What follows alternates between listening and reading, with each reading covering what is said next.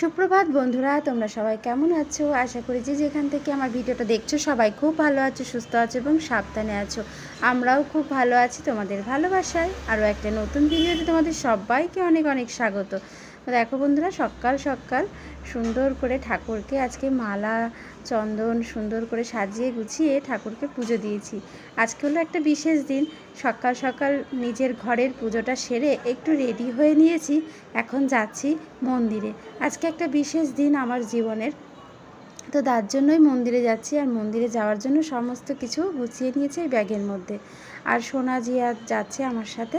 তো দেখো, সোদপুরেশ্বরী কালী মন্দির, আর এই মন্দিরটা আমার বাড়ির খুব কাছেই এই মন্দিরটা।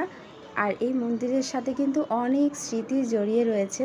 আমার সোনা জিয়ার মানে অন্নপ্রাশন বলো, কিংবা কোনো শুভ কাজ বলো, কিংবা বিয়ের পরে আমি যখন প্রথমবার সোদপুরে আসলাম, তখন এই সবার প্রথম মায়ের মন্দিরে এসে প্রণাম করেছি, মায়ের আশীর্বাদ নিয়েছি।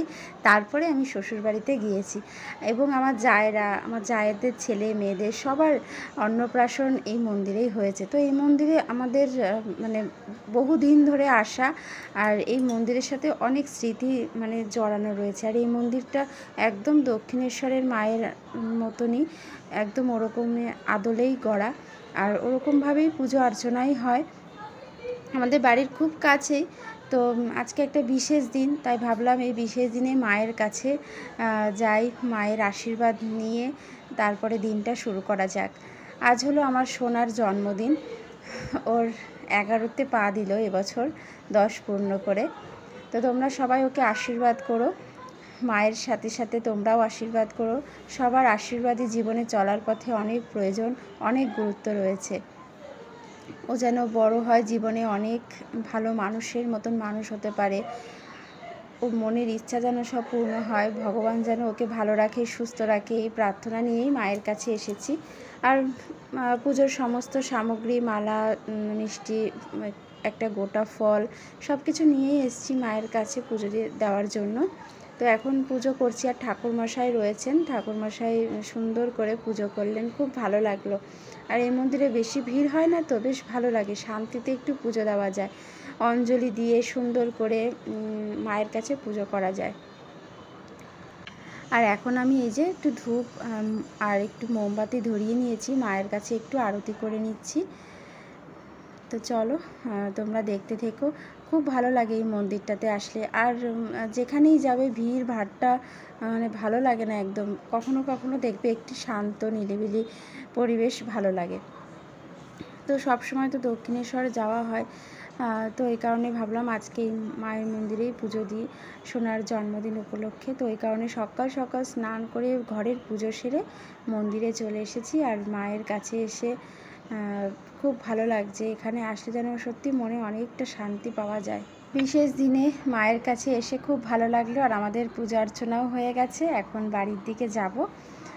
আর আজকে প্রচণ্ড রোদ্দুর উঠেছিল, তো আর ছাতা আনা হয়নি, আর সকালবেলা অতটা মানে রোদ্দুরের তাপটা লাগছিল না। তো যাই হোক, চলো বাড়িতে গিয়ে তারপরে আবার তোমাদের সাথে দেখা হচ্ছে। তো বন্ধুরা দেখো, বাড়িতে চলে এসেছি, আর এখন এই আশীর্বাদের ফুল সবার মাথায় ঠেকিয়ে সবাইকে প্রসাদ দেব। তো যাদেরকেও একটু দেব। তো প্রসাদ টোসাদ খাওয়া হলো, তারপরে হচ্ছে এই যে দুপুরের রান্নাবান্না বসিয়েছি। আর আজকে যেহেতু জন্মদিন, তার জন্য একটু স্পেশাল রান্নাবান্না হচ্ছে। তো সবার প্রথম বাবাও এসছে, আর এখানে এই যে গুঁড়ো মাছের চচ্চড়িটা সবার প্রথম মানে করেছি। তো এখানে গুঁড়ো মাছের চচ্চড়িটা বসিয়েছিলাম, মোটামুটি হয়েই গেছে, নামিয়ে নেব এখন। গুঁড়ো মাছের চচ্চড়িটা হয়ে গেছে। আর এখানে যে ভোলা মাছ ভেজে নিয়েছি, তো ভোলা মাছের ঝাল হবে, আর হবে ইলিশ মাছ, আর হবে চিকেন, আর টক ডাল। ঠিক আছে, যেহেতু বাবা আবার টক ডাল খেতে খুব ভালোবাসে, তো বাবা যেহেতু টক ডাল পছন্দ করে, তাই জন্য বাবার জন্য একটু টক ডাল করব। আর এই যে ইলিশ মাছ এনেছে, সোনাই বলেছে বাবা আজকে ইলিশ মাছ আনবে, তাই জন্য ইলিশ মাছ এনেছে। এই যে গুঁড়ো মাছের চচ্চড়িটা হয়ে গেছে, টক ডালটা হয়ে গেছে, দুপদ হয়ে গেছে। আর ভোলা মাছের ঝোলটাও এই যে নামিয়ে নিয়েছি। আলু দিয়ে ভোলা মাছের গামাখো ঝোল করেছি, বেশি পাতলা ঝোল করিনি, কারণ অনেক রকম রান্না হচ্ছে তো ওই কারণে। আর এখন ইলিশ মাছটা করব। আর এই যে ইলিশ মাছের মধ্যে সমস্ত মশলা দিয়ে খুব ভালো করে মেখে নিয়ে তারপরে সুন্দর করে ইলিশ মাছটা রান্না করবো। আজকে হাতে মাখা ইলিশ মাছ রান্না করব, মানে ওই পাতুরি টাইপের হাতে মেখে আর কি। কাঁচা মাছ এভাবে খেতে না খুব ভালো লাগে।